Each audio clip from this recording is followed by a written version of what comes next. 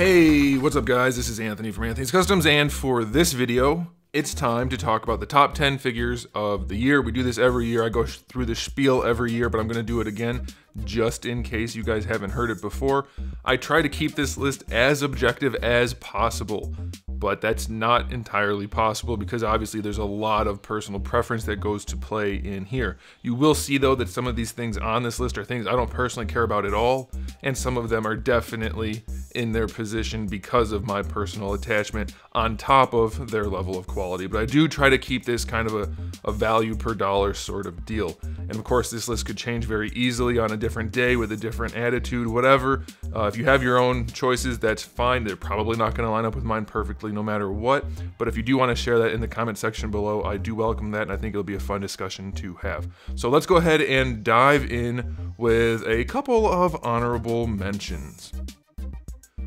The first honorable mention on this list is the Mafex Fat Batman. Now, I personally love this figure. I love it a whole bunch. However, I think at the price point, there's just really not enough figure there for it to be higher on the list. And the fact that the cape's all wrinkly and pleated, that bugs me a little bit. But it's an awesome figure, but the price point is just really, really high for what you're getting. So yes, it's great, but I don't think I could justify putting it any higher on the list. The next honorable mention is the Venompool Marvel Legends Build-A-Figure, and that's why it's here. It's a Build-A-Figure, so it's not entirely fair to include it as a standalone release. It is awesome though. It's probably the best Build-A-Figure Hasbro has ever made, short of maybe Fin Fang Foom, but maybe not. Maybe it's the best overall. Either way, it's a great release, but it's not really a release, at least so far. So it can't go higher on the list because I deem it that way, and I come up with arbitrary rules. That's how this works. It's my list. Alrighty, and then the last honorable mention goes to the jacketed Wolverine or Logan figure. Now, this one is only an honorable mention because it's awesome. The articulation's not great. It doesn't have the best range of motion in some of the parts. And there's a few issues like the poop smears on the jacket, but generally speaking, it's a really good figure and I wanted to get it on the list. I just couldn't figure out where to put it that felt fair other than right here before we actually get started, but there will be a Marvel Legends top 10 list and you may or may not see this guy somewhere on that list, so stick around for that or go check it out depending on what videos you've already seen. Alrighty, starting at number 10, we have the SH Figuarts Dragon Ball Super Naked Jiren. Now, Jiren here is actually one of their better releases, but kind of along the same lines as Batman, even though he's not as expensive. There's not all that much to him. What's there is done really well, but it's basically just a blank body with a little bald head on it, so there's not a whole lot there. Also, he's kind of purple. I didn't really mention this in the review too much, but he's very purple for being Jiren the Gray, and despite him being an awesome release, I just didn't feel right about putting him higher in the list. He's got great articulation, great sculpt work, and as you can see, great paint work. He made some of the other recent releases look terrible, and he is an excellent release. Don't get me wrong. I do talk about the negatives in these lists so that you can differentiate why these things aren't higher on the list or whatever. But it is an absolutely excellent release, and you definitely should check it out. Coming in at number 9, we have Snake Eyes, and you can pick either version of this. I'm showing you the fancy version with the colored pants as opposed to the one that's in the all black pants, only because this one has extra accessories and extra detail work and paint, that kind of thing. But pick either one. They're both really great. They both have one downside, and that is you have a 50-50 chance, give or take, that it's going to be a floppy mess. If yours is not a floppy mess, it's a fantastic, fantastic release. One of Hasbro's best by far. However, it's about 50% chance that it is going to be a floppy mess.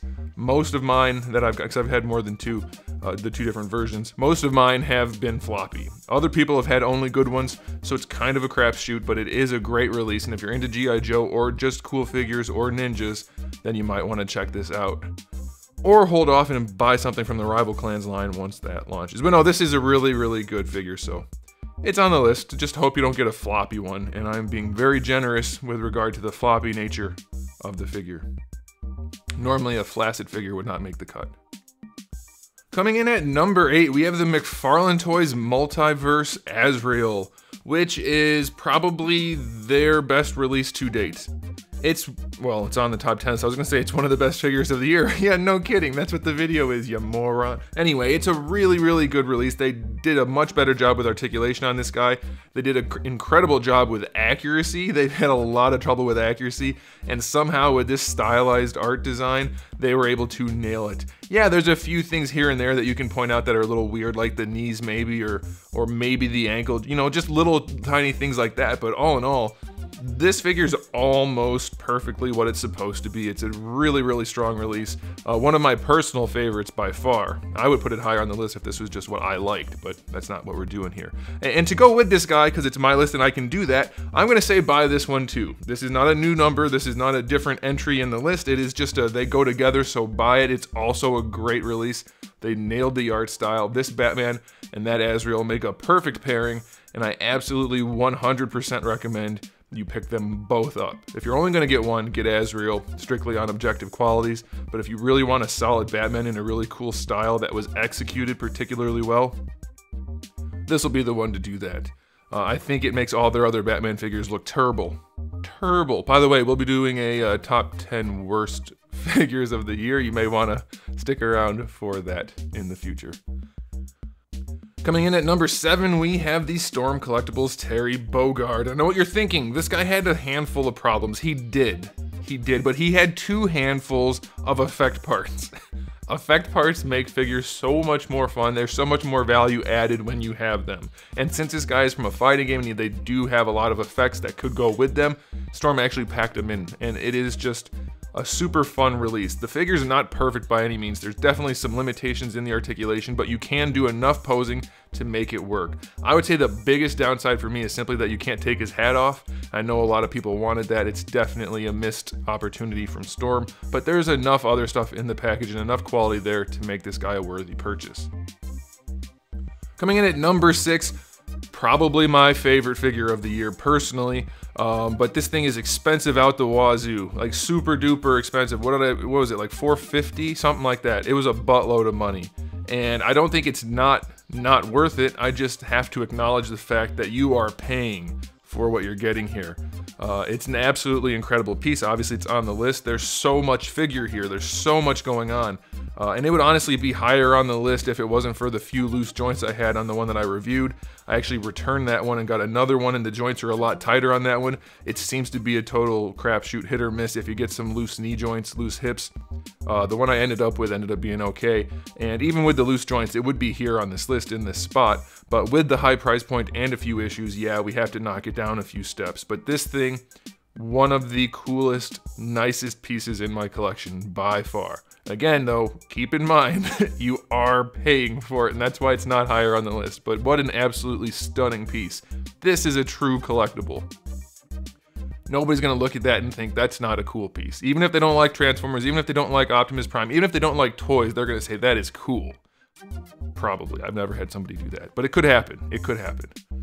Coming in at number 5, we have the McFarlane Toys Mortal Kombat 11 Raiden in his Merciless Guardian skin, which is just the bad guy version. And this is one of those ones where I couldn't care less about this figure, really about the character or the line of action figures that he comes from. However, they did a really good job. This kind of marked the turning point for a lot of the quality issues that we saw with the early McFarlane toys. This guy's loaded with paint, loaded with sculpt work. It's well proportioned, well enough articulated. There's really not much they could have done better other than eke out some better range of motion for some of the joints. Really, really excellent release. Coming in at number 4, we have the SH Figure Arts Captain Ginyu. This guy is an example of how all of the SH Figure Arts should be. This guy makes the recent Piccolo release look like Dragon Stars. It's just nowhere near the same level. And this isn't like a crazy design that really helps itself to look good. This is a fairly basic design, but they nailed it exactly as they should have in pretty much every way. They could have included more accessories. We're actually going to be getting those with other releases, so I think that's kind of cool, kind of a nice tie-in, good way to share the budget. But yeah, there's really not much wrong with this figure. It's an all-around, absolutely wonderful release. Coming in at number 3, we have another one of my I have a lot of personal favorites this year. It was hard to pick objectively. Anyway, this is the Super Shredder from NECA's Teenage Mutant Ninja Turtles 2 Secret of the Ooze line. Live action Super Shredder. And boy, is this thing just fun. It's one of the most photogenic figures I have ever had the pleasure of reviewing. It looks great on camera. It looks great on the shelf, and it looks great basically no matter how you look at it, unless you close your eyes. It's really, really fantastically well executed. There's some limitations in posing, as you might expect from NECA. I haven't heard of too many reports of QC issues with this guy. The knees are a little wonky, the elbows, see if I can speak English, are a little wonky, but boy oh boy is this thing fun. It's just about exactly what it should be. And aside from those tiny few issues, it's pretty much in perfect release. It's really, really excellent. Coming in at number 2, we have the McFarlane Toys Mortal Kombat 11 Spawn figure. And this is not making the list just because it's the first and probably only good Spawn, articulated Spawn figure of modern times. This is actually just, I don't think there's too much they could have done to improve upon this. I mean, obviously there are a few things, and if you want to check them out, check out my reviews.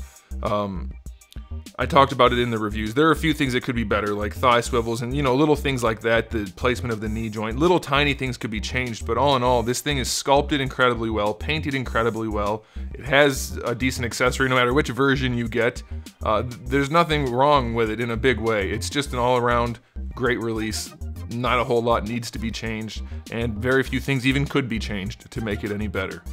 And lastly, coming in at number 1 for the year 2020, which was easily the best year in history. No surprise, Toka and Razor, and it's not just because they just released and they're on my mind. These things are some of the most fantastic figures, dollar for dollar, ever. They're only $35 a piece. It was a $70 2-pack, and I know there's sticker shock involved there. 35 bucks for a figure like this is incredible. It's an incredible deal, guys. You're paying $35 for a repainted Marvel Legends Build-A-Figure. Or more. A lot of them cost more than that. These things are 100% new sculpt, 100% incredible sculpt, loaded with paint, and the articulation is more than functional on them. There's almost nothing that could be changed to make these better. Sure, I got a couple stuck joints. That happens with almost any line. Maybe it happens more with NECA, sure.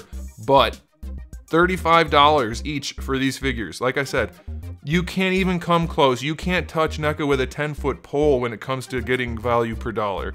It's absolutely remarkable how they put stuff out like this. And they could have easily just done a half-ass release because they knew people were going to buy these. We all knew these were going to sell like hotcakes. Nope, they didn't. They put as much effort into it as they possibly could. I have no doubt that their margins on these figures are very small. NECA's attitude towards things like this is starting to become reminiscent of soda, where it's really about putting out a quality product and making collectors as happy as they can. And I know you're thinking, yeah, there's all kinds of issues with ordering and stuff like that. Yes, that happens with a smaller company. NECA's still a tiny fraction compared to like Hasbro or Mattel or whatever. And they're still putting out product that rivals anything on the market. We have to keep all of these things in mind, and this is a perfect example, an excellent release. That it just really shows that they're out there trying to make something that collectors want to spend money on and actually get something that they deserve for spending their money on it. So there it is, guys. That's my top 10 list for 2020. Let me know what you thought about it in the comment section below. And of course, if you have any different ideas, which you probably all do, that's the nature of ideas, let us know in the comment section below. I'd like to see a whole bunch of top 10 lists down there and we can talk about them and have a good old time. If you want to be real negative and say how bad this list is, that's fine. And I also invite you to make your own video and your own list and show that to people, and then you'll be able to get your opinion out there. Because I'm guessing most people in the comment section aren't going to be interested in hearing your complaints. Anyway, that'll do it, guys. Thanks for watching. If you enjoyed the video, give it a thumbs up. If you didn't, give it a thumbs down. And if you haven't subscribed, you might want to. I have new videos almost every single day and thousands already on the channel. So make sure you come back for all of that. And in the meantime, keep collecting.